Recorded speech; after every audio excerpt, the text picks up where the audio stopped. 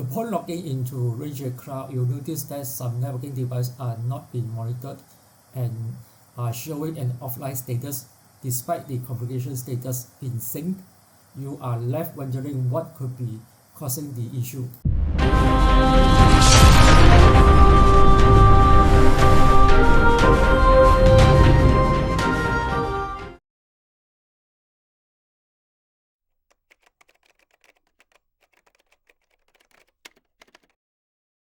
Log into the device web interface.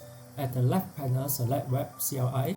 At the Web CLI, type in this command CON and press Enter.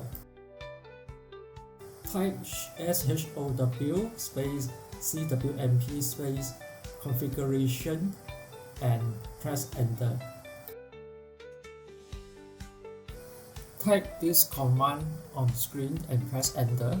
The serial number is the Ruijie device serial number. Type SHOW space CWMP space configuration and press Enter. A few moments later.